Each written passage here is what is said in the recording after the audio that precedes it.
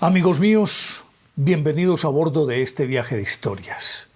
Y hoy nos embarcamos en una que yo sé que les va a gustar muchísimo, porque además es una de las más representativas en lo que tiene que ver con el Triángulo de las Bermudas. Es de las historias que más se menciona. Aunque es una historia que tuvo un final feliz, porque regularmente en el Triángulo de las Bermudas no hay finales felices, pero en este caso sí. Y digo que es de las más representativas y con ellas se nos indica que también existen, no sé, trastornos del tiempo, cosas por el estilo, o el tiempo existe o no existe, vamos nosotros a través de él viene a través de nosotros. Bueno, las preguntas que se ha hecho la humanidad a lo largo de toda la historia.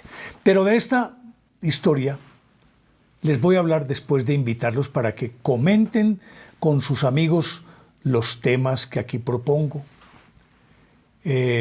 alrededor de una taza de café. No solamente coméntenlo, compártanlo también. Y los invito precisamente para que se suscriban en mi canal de YouTube, Néstor Armando Alzate, y lógico, ese es mi canal oficial. Denle me gusta, activen la campanita para recibir notificaciones y si les gustan los podcasts, en Spotify que aparecemos como ilógico, también tenemos una temática que yo sé, o unas temáticas que yo sé que les va a gustar. Pues decía que esta es una historia muy representativa de todo lo que tiene que ver con el Triángulo de las Bermudas. Y ocurrió el 4 de diciembre de 1970. Le ocurrió en ese momento a un treintañero, era un muchacho que iba a cumplir los 30 años.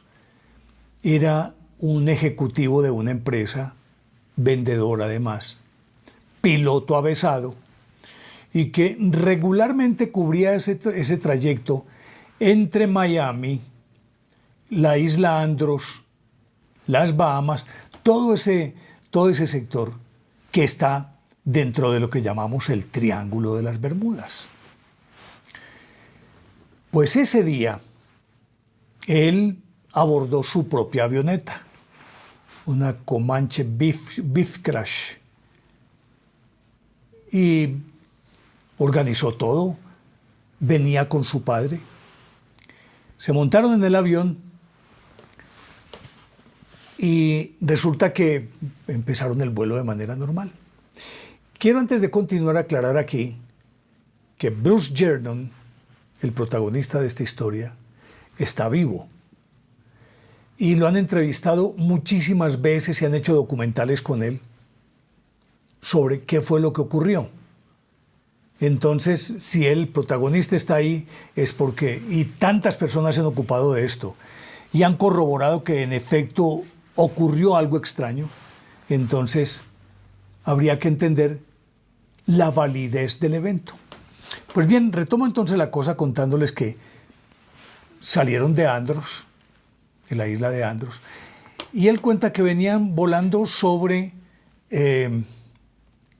los bancos de las Bahamas, en dirección a las Islas Bimini. Todo este recorrido, Andros, Bahamas, Bimini, siguen otros pequeños islotes y se llega a Miami. Y entonces, sobrevolando las Bahamas, un día fresco, despejado, bonito, él iba en su avión tranquilo, en su avioneta, y de pronto observa una nube que está enfrente. Él decía que una nube que podría tener unos 24 kilómetros de diámetro, pues. Y siendo la nube tan grande y se veía una nube blanca pero espesa, él dijo, no, rodeemos la nube. Hizo un giro de 180 grados y cuando él hizo el giro de 180 grados, la nube se corrió hacia allá y no lo dejó pasar. Entonces hizo el giro en sentido contrario y se vino para el otro lado y trató de ingresar por el otro lado. La nube no lo dejó. Trató de remontarla, él puso la nariz de la avioneta hacia arriba y empezó a ascender para tratar de remontarla, a pesar de que, como decíamos, era de una considerable altura. Pero la nube sube con él. Y él decía, me meto por debajo, pero corro peligro. En ese tira y encoge fue avanzando porque la nube, él no se detenía, pues obviamente no se podía detener, y la nube iba de manera sincronizada con la velocidad de él hasta que él aceleró a fondo. Dijo, bueno, pues si me tocó pasarla, me va a tocar.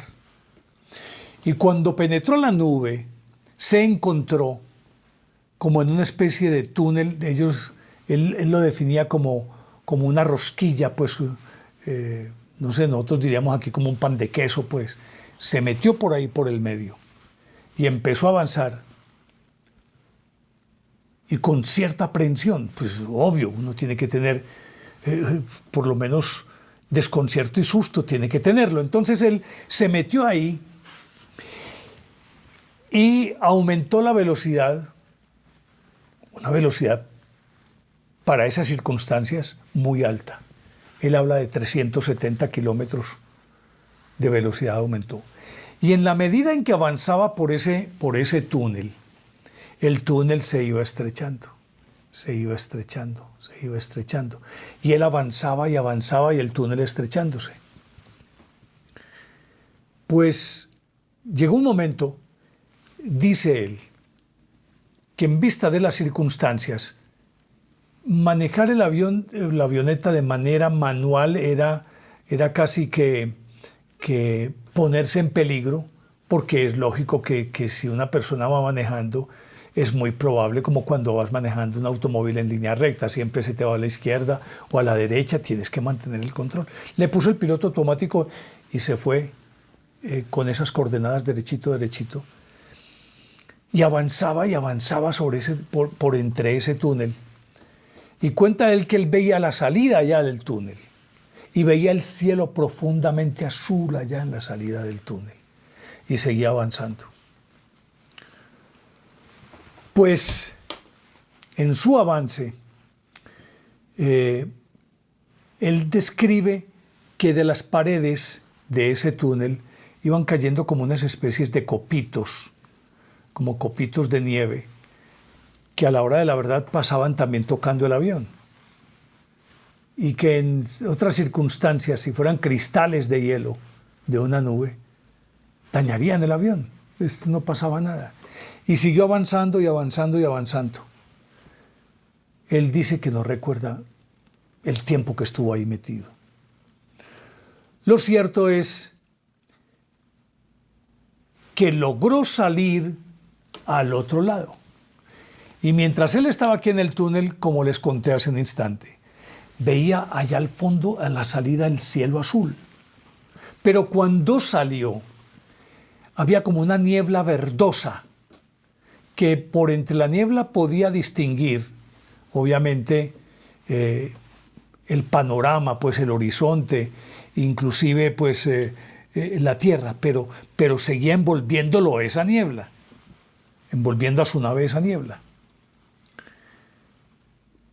Y cuando estaba transcurriendo todo esto, él metido en la niebla, de pronto él alcanzó a mirar hacia abajo y dijo, no, ya, yo creo que estoy volando sobre las Bimini. Miró hacia abajo y en efecto vio una porción de tierra y dijo, sí, estoy volando sobre las Bimini. Y en ese momento la torre de control de Miami le anuncia a todos los vuelos que están en el área, le dice, hey, cuidado que viene un avión del sudoeste que no se ha reportado. Observen ese avión, está en tales y tales coordenadas, como dicen ellos. Y Vernon escuchó esto. Bruce Jernon escuchó esto. Y dijo, ese es otro avión, no están hablando del mío. Porque él venía en esa dirección. Asumió que era otro avión. Pero cuando ya se fue despejando la niebla, después de escuchar esto, resulta que se vio sobre el aeropuerto de Miami. ¿Pero cómo así? Yo calculo que estaba pasando por las Bimini. No, estaba ya sobre el aeropuerto de Miami.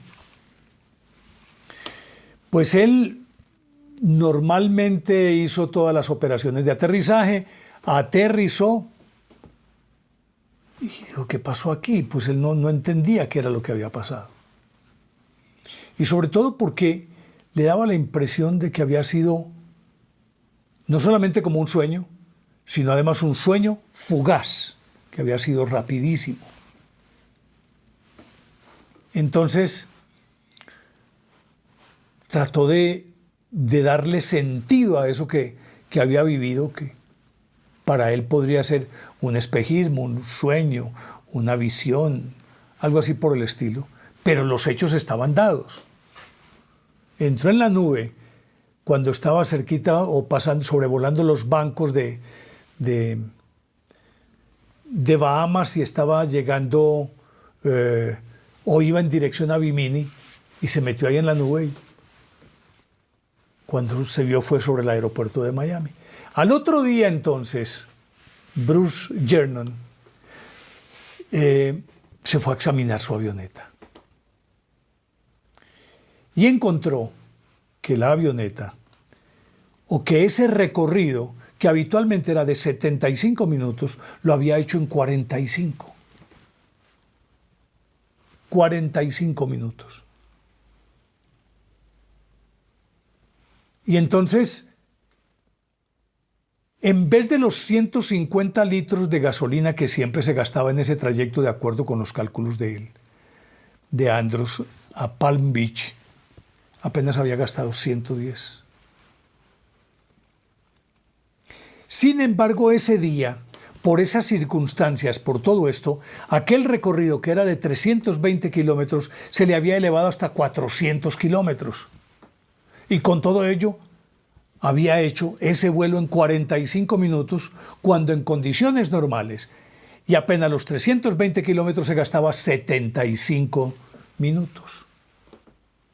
Haciendo todos los cálculos, él decía, si yo me gasto 150, y aquí no me gasté sino 110, pero según la prueba, me he gastado 37 galones durante media hora para cubrir 160 kilómetros, hacia él esos cálculos.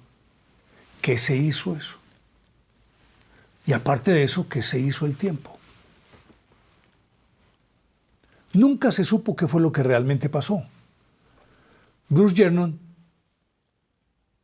indicaba que cuando él salió del túnel, lo que más lo sorprendió era que sus su equipo de navegación, la brújula, los niveles, todo eso, estaban enloquecidos. Absolutamente enloquecidos. Pero sucedió cuando estaba saliendo del túnel. Mientras estuvo adentro, las agujas estuvieron normales. Y la pregunta ahí es, ¿cómo podrían estar normales si de alguna manera estaban metidas dentro de una influencia magnética?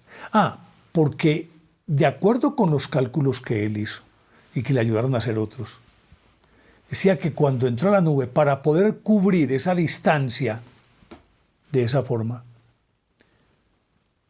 la nube lo estaría transportando a él.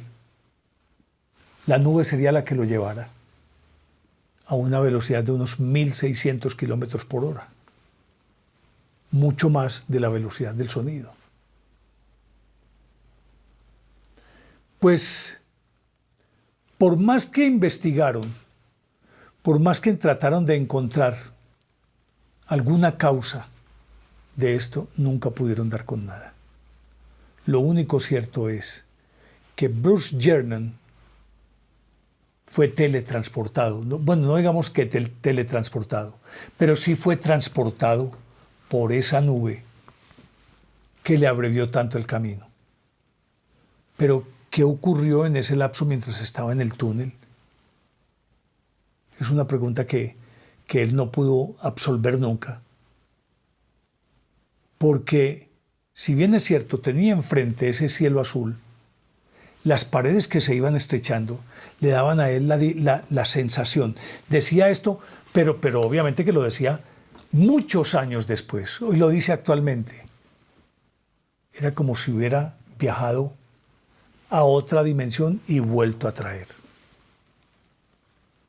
Esta historia de Bruce Jernon es quizás de las más típicas y clásicas relacionadas con el Triángulo de las Bermudas. Pero no solo le ocurrió a él. Ahí en ese trayecto le ha ocurrido a muchos y probablemente de ello pues voy a hablarles en alguna otra oportunidad. Pero esto lo relaciono también, recordarán ustedes con capítulos anteriores cuando estuvimos hablando del matrimonio sudafricano que recorrió 288 kilómetros gastándose apenas, ya aparece en el odómetro, apenas 18 kilómetros de recorrido y la gasolina intacta. El caso de Betty Barney Hill. Es decir, todo esto donde hay a ver, hombre, eso podríamos llamarlo como un disturbio del tiempo, como una inconsistencia del tiempo. Y aquí es donde uno llega a preguntarse ¿cómo se estira y se encoge el tiempo? ¿Es algo que podemos hacer nosotros? ¿Es algo de lo que se encargan culturas superiores? ¿O la misma dinámica del universo es la que genera esto de manera cíclica y automática? No sé. Lo cierto del caso es que aún hoy, porque está vivo, Bruce Jernon cuenta la historia y no ha podido entender ni explicar qué fue lo que le pasó. ¿Podrán explicarlo ustedes? ¿Les parece lógica o ilógica esta historia? Son ustedes los que deciden. Nos encontramos en una próxima oportunidad con otras historias extrañas que yo sé que les va a gustar. Por ahora, gracias y chao.